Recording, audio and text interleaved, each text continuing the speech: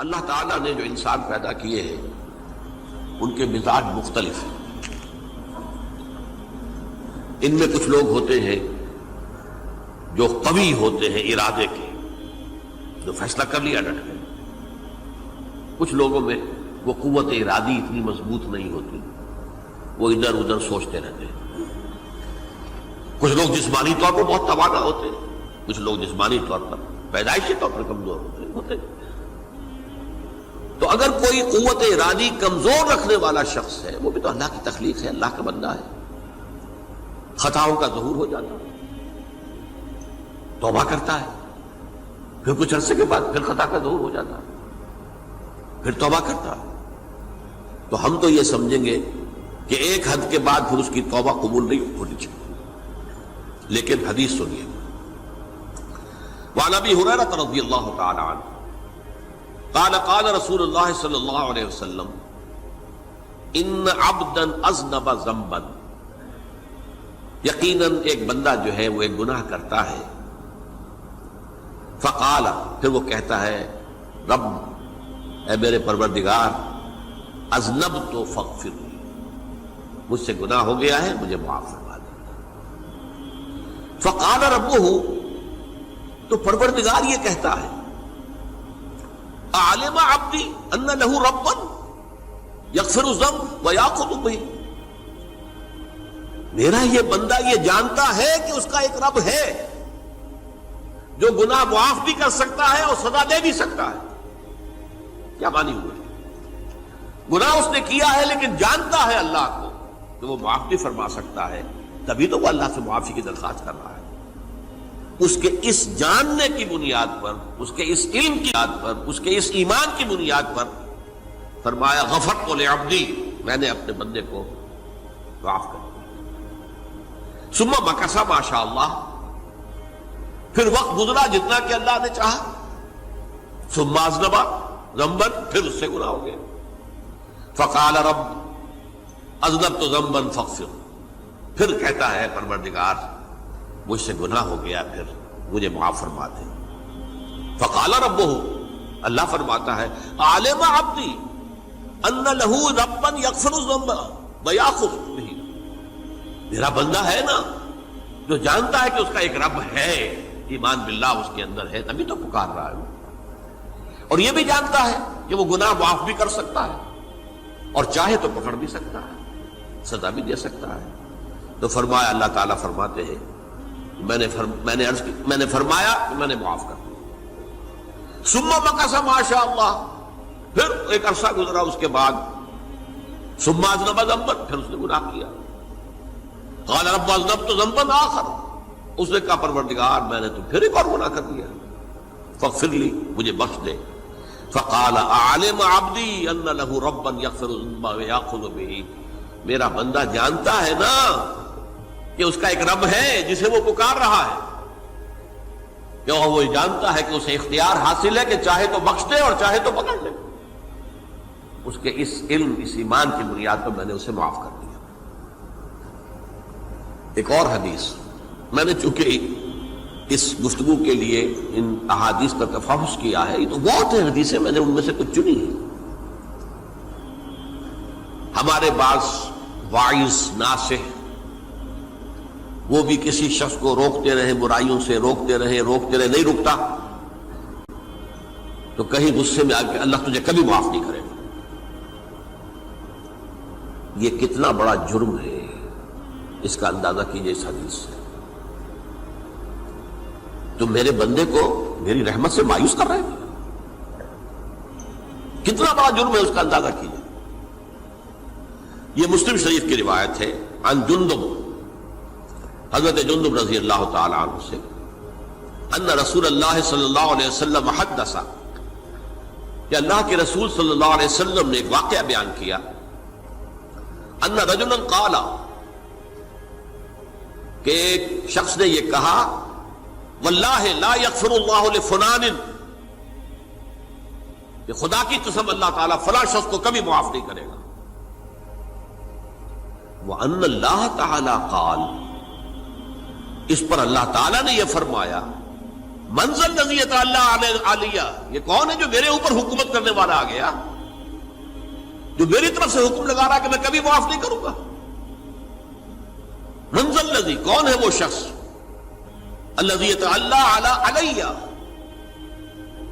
انی لا اغفر لفلان، کہ میں فلاں شخص کو کبھی معاف نہیں کروں گا، قد غفرت لفلان، اس کو تو میں نے معاف کر دیا، واحبطت عملہ، اس شخص کے تمام اعمال میں نے ضائع کر دیے کہ تم نے میرے بندے کو مایوس کیا۔ یہ ہے جرم کی انکار۔ تو توبہ کی دعوت دیتے رہو، توبہ کے لیے لوگوں کو آمادہ کرتے رہو، توبہ جو ہے اس کے لیے ترغیب دیتے رہو، اللہ تعالیٰ معاف فرمانے والا۔ اب آخری حدیث سنا رہا ہوں، یہ تو بہت ہی عجیب حدیث ہے اور متفق علیہ، یہ بخاری اور مسلم دونوں میں۔ حضرت ابو سعید الخدری رضی اللہ تعالی عنہ جو ہے وہ اس کے راوی ہیں۔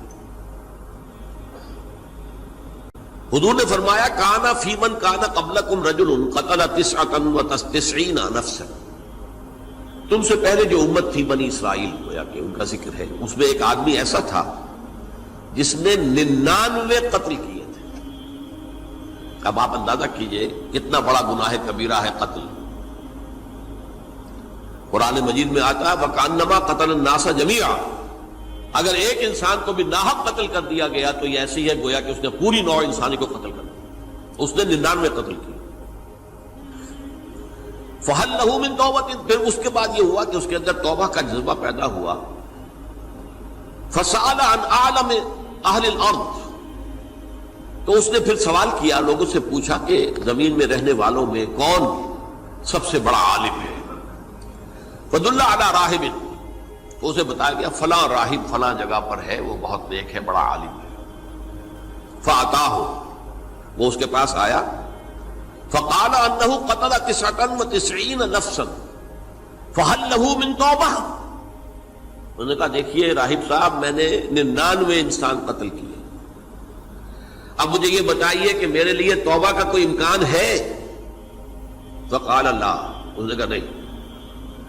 فَقَتَلَهُ، اس نے اس کو بھی قتل کر دیا۔ فَكَمَّلَ بِهِ 100، اپنی سینچری مکمل کر لی، مطلب 99 کے بعد ایک کی کسر تھی، اس کو بھی قتل کیا، 100 پورے کر لیا۔ ثُمَّ سَأَلَ عَنْ عَالِمِ أَهْلِ الْأَرْضِ، پھر اس نے پوچھا کوئی اور کوئی بڑے عالم انسان ہو۔ فَدُلَّ عَلَى رَجُلٍ عَالِمٍ، پھر اس کی رہنمائی کی گئی ایک بڑے عالم شخص کی طرف۔ فَقَالَ إِنَّهُ قَتَلَ 100 نَفْسٍ، تو اس نے وہاں جا کر کہا کہ میں 100 انسان ہلاک کر چکا ہوں، قتل کر چکا ہوں۔ فَهَلْ لَهُ مِن تَوْبَةٍ، میرے لیے توبہ کا کوئی امکان ہے؟ فَقَالَ نَعَمْ، کہا کیوں نہیں، 100 قتل کیے تب بھی کیا ہے، توبہ کا راستہ دروازہ کھلا ہوا، مَا لَمْ يُغَرْغِرْ، جب تک کہ وہ گھنگرو نہیں بج رہا اس وقت تک تمہارے توبہ کا دروازہ کھلا ہوا ہے۔ فرمایا نعم، وَمَن يَحُولُ بَيْنَهُ وَبَيْنَ التَّوْبَةِ، تمہاری توبہ کے درمیان اور تمہارے درمیان کون حائل ہو سکتا ہے؟ توبہ کا دروازہ کھلا ہے۔ لیکن ساتھ ہی کہا انطلق الی ارض کذا و کذا، اب تم ایسے کرو جہاں تم رہتے ہو وہاں نہ جاؤ واپس، وہاں کا ماحول اچھا نہیں ہے، معاشرہ اچھا نہیں ہے، ہو سکتا ہے کہ تم توبہ پر قائم نہ رہ سکو، تم فلاں جگہ چلے جاؤ، وہاں اچھے لوگ آباد ہیں، ان میں جا کر رہو۔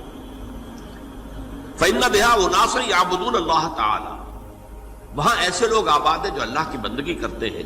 فاعبد اللہ معہم، تو تم ان کے ساتھ مل کر اللہ کی بندگی اور پرستش کرو۔ ولا ترجع الی ارضک، اپنی زمین کی طرف اپنے وطن میں واپس نہ جاؤ۔ فإنها ارض سوء، وہ بری جگہ ہے۔ فانطلقا، تو وہ چل پڑا، ہجرت کر رہا ہے، اس جگہ جا رہا ہے جہاں کا راہب نے بتایا تھا۔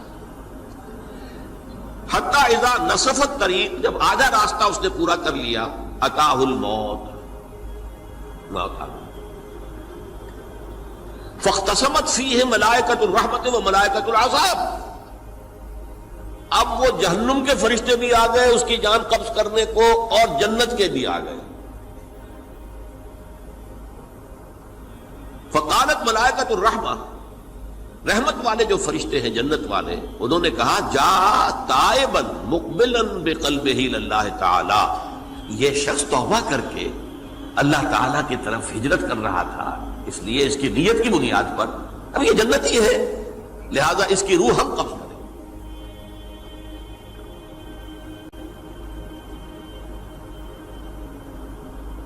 وقالت الملائکۃ العذاب، اور وہ جو عذاب والے فرشتے ہیں وہ کہیں گے انہ لم یعمل خیرا قط، تو نے توبہ کے بعد کوئی نیک عمل تو کیا ہی نہیں، تو کس بنیاد پر اس کو تم جنت میں لے جاؤ گے؟ اس کو تو دوزخ میں جانا چاہیے۔ فاتاہ ملک فی صورت آدمی، تو ان کے پاس اللہ نے ایک اور فرشتے کو بھیج دیا آدمی انسانی شکل کے اندر، فجعلوہ بینہم، تو ان فرشتوں نے کہا بھائی ہمارا فیصلہ کرا دو، اس کی روح ہم لینا چاہتے ہیں یا ہم لینا چاہتے ہیں، انہیں حکم بنا لیا۔ فقال قیسوا ما بین الارضین فإلی ایتہما کان اقرب، کہ تم فاصلہ ناپ لو جہاں سے وہ چلا ہے اور جہاں جا رہا تھا اور یہاں اس کی موت ہو رہی ہے، تو کون سا فاصلہ زیادہ ہے؟ جب ناپا گیا، بلکہ ایک حدیث میں آتا ہے کہ اس پر اللہ نے زمین کو جو ہے حکم دے دیا، ایک طرف والی زمین تو سکڑ جا، دوسری والی جو ہے تو پھیل جا، تاکہ وہ جو جدھر جو جا رہا تھا وہ زیادہ قریب ہو جائے بنسبت اس کے کہ جہاں سے وہ چلا تھا۔ تو اس فیصلے پر پھر جو فرشتے تھے جو کہ رحمت کے فرشتے تھے وہ اس بندے کو لے گئے جنت کے اندر۔ یہ ہے توبہ کی عظمت اور اس کی تاثیر۔